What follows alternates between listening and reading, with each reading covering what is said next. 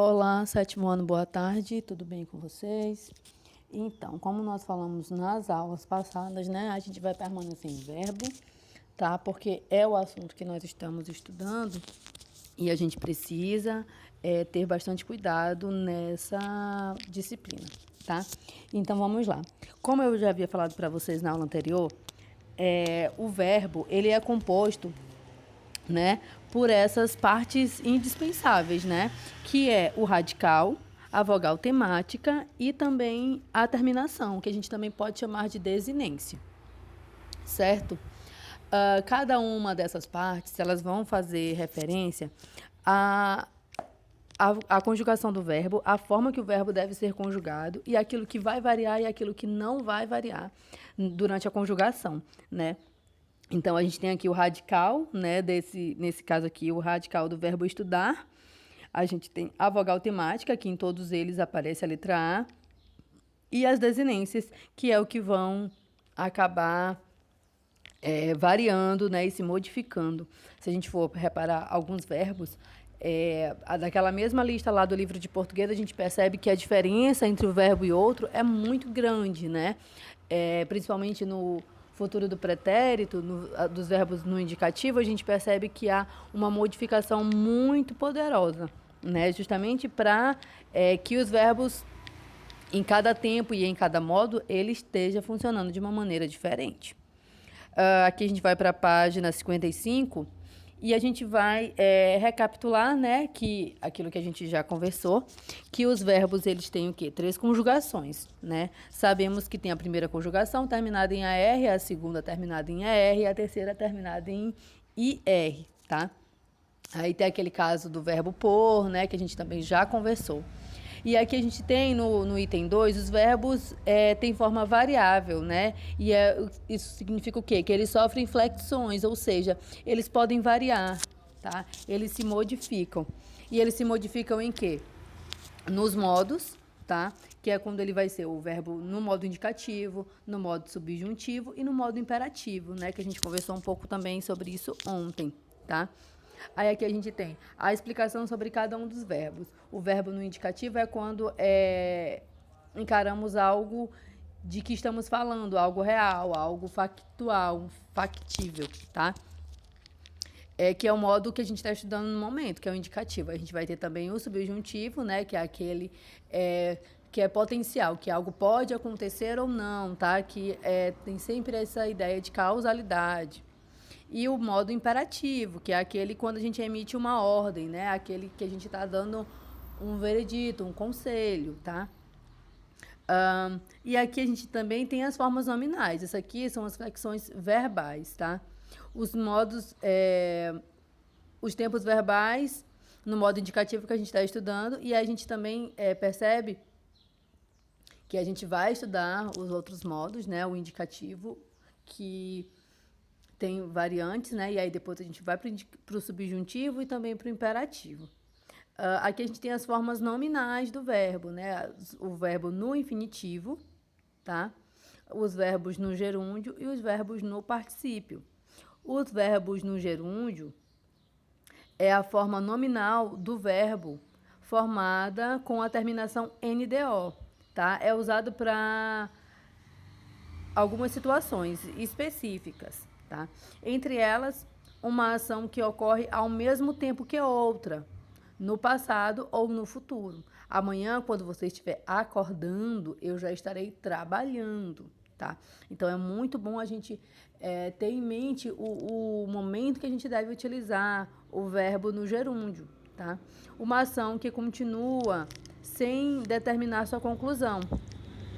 Eles foram caminhando pela mata, tá? Então foram, né? Tem um verbo aqui, o verbo principal e o verbo no gerúndio, que é caminhando, tá? É uma ação em curso, em qualquer tempo verbal. Amanhã, neste horário, estarei viajando, tá? Então é algo que se prolonga, que se estica, certo? Não é algo que já está acontecendo, ou quer dizer que já tenha acontecido. Aqui tem um texto sobre o gerúndio que a gente estudou ontem, tá? Que é importante vocês repararem justamente nesse sentido de que quando a gente olha um verbo, uma frase que tem o gerundismo, né? O gerundismo, gente, é essa maneira que a gente utiliza o gerúndio de uma forma errônea, tá? Não é errado usar as palavras no gerúndio, tá? Tanto que elas existem para que a gente as utilize, estudando, saindo, viajando, certo? Mas a gente tem que ter cuidado com a maneira que a gente está utilizando esses verbos, certo?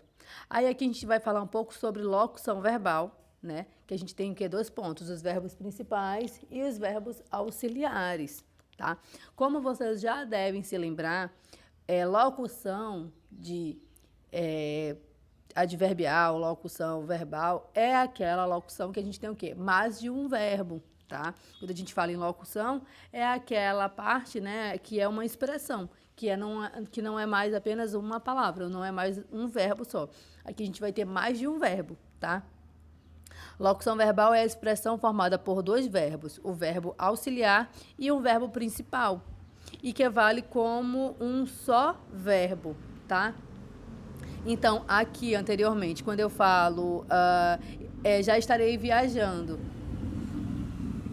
aqui a gente tem o quê? 2 verbos, né? Estarei viajando, o verbo estar e o verbo viajar. Aqui, o viajando, ele ganha um novo sentido, né? Ele ganha quase um sentido nominal, tá?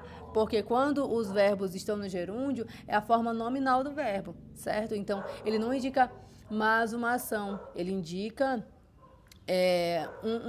uma forma nominal, tá?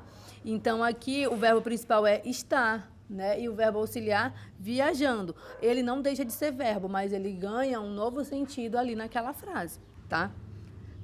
A tirinha na página 23, na página 53, aquela lá da Mafalda, ela tem uma fala que ela diz assim: aposto que, pela parte que lhe toca, o ano que vai surgir espera que as pessoas sejam melhores. Então, nessa frase aqui, a gente percebe diversos verbos, né? E aí, a atividade pede que vocês indiquem, né, quais são ali os verbos principais e qual é o verbo auxiliar, né? Onde é que está o quê? Onde é que está a locução verbal? Reproduza no caderno os verbos da fala de Mafalda e indique qual deles é uma locução verbal, tá? Eu já adianto para vocês que aqui nessa frase a gente pode observar o quê? Diversos verbos, né? A gente tem aposto, que pela parte que me toca, surgir, espera, sejam, tá? Então, a gente tem o quê? 4, aposto, toca, vai, surgir, espera e sejam. Então, a gente tem todos esses verbos. E aqui a gente tem o quê? Onde é que a gente vai encontrar a locução verbal? A gente vai encontrar a locução verbal em vai surgir, tá? Porque ela faz essa conexão entre o verbo auxiliar e o verbo principal, para a gente poder entender o sentido da frase, certo? Aqui ela usa um verbo aposto que, pela parte que me toca, aqui o verbo tocar é o verbo tocar, tá? Pela parte que me toca, o ano que vai surgir, então aqui ele já coloca o verbo conjugado para o futuro, o verbo que vai surgir, certo? O ano que vai surgir. Então, nas locuções verbais, o verbo auxiliar é flexionado e o verbo principal vai estar em uma das formas nominais. Quais são as formas nominais? Infinitivo, gerúndio e particípio. E a gente volta para esse quadro bem aqui, ó. Aqui a gente tem os modos verbais em cima, que é o indicativo, o subjuntivo e o imperativo. E tem as formas nominais, que é o quê? O infinitivo, o gerúndio e o particípio, tá? Então, como é que eu vou identificar o que é o verbo auxiliar e qual que é o verbo principal? Nas locuções verbais, o verbo auxiliar é flexionado. E o verbo principal está em uma das formas nominais. Ou ele está no gerúndio, ele está no particípio, ou ele está no infinitivo. Então, eles estavam correndo muito. O verbo auxiliar, ele vai estar flexionado. Flexionado quer dizer presente, passado, ele vai estar conjugado, certo? E o verbo principal, ele vai estar no modo gerúndio, no infinitivo ou no particípio. Quando eu digo correndo, esse verbo está em que modo? Quando termina com NDO. ele está no gerúndio. Então, aqui, o verbo principal está sempre numa forma verbal, quer dizer, numa forma nominal, tá? E o verbo auxiliar, ele está sempre flexionado. Então, eles estavam correndo muito. Estavam é o verbo auxiliar e o correndo, que está no gerúndio, é o verbo principal, tá? Aí aqui, Cida vai encontrar Lúcia no caminho. A gente tem dois verbos, o verbo ir e o verbo encontrar, tá? Então, Lúcia vai encontrar Lúcia, Cida vai encontrar Lúcia no caminho. Então, eu tenho vai, que é o verbo ir, né? Que é o verbo auxiliar, porque ele está o quê? Ele está flexionado. E a gente tem a palavra encontrar, que está no modo, no infinitivo, tá? Que é a maneira como o verbo, a forma nominal do verbo é essa, né? Quando eu procurar ali, o verbo encontrar, eu não vou procurar o verbo encontramos, porque o verbo, na forma nominal, ele é encontrar, de acordo com a terminação. Então, o verbo no modo infinitivo, ele é o quê? Ele é o verbo principal, tá? A mesma coisa que a gente tem dormido, tá? Você tem dormido muito tarde. Então, eu tenho o verbo auxiliar, né? Que ele está o quê? Que ele está flexionado, no caso, o verbo ter, né? E dormido, que é o verbo no modo particípio, tá? Quando não tem o N, tem só o DO. Você tem dormido muito, você tem saído muito, você tem chegado tarde, você tem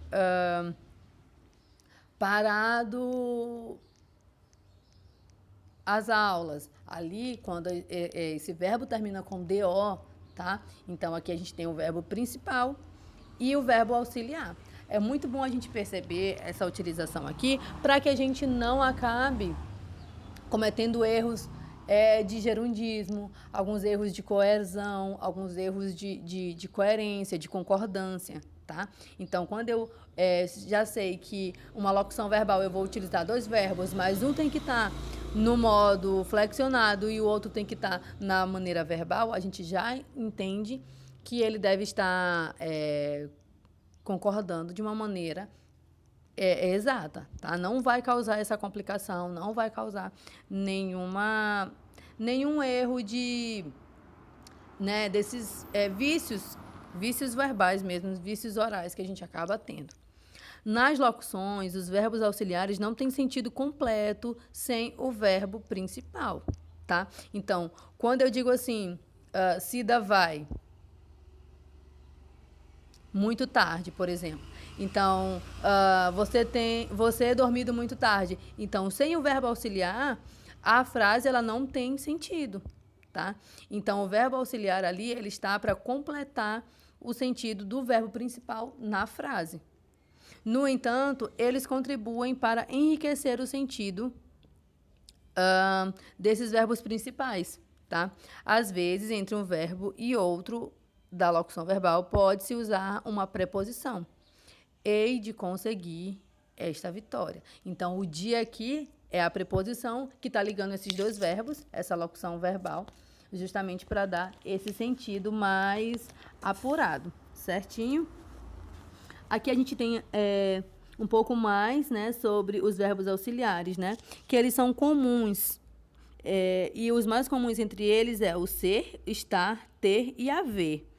Na seção Listas para Consulta, mostramos a conjugação desses 4 verbos.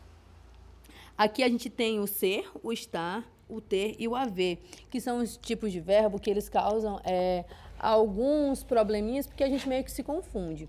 Porém, trabalhando ele de uma maneira correta, não tem como errar, né? Basta analisar a forma como o verbo ele tem sido trabalhado, tá bom? Então, aqui a gente tem os exemplos, né?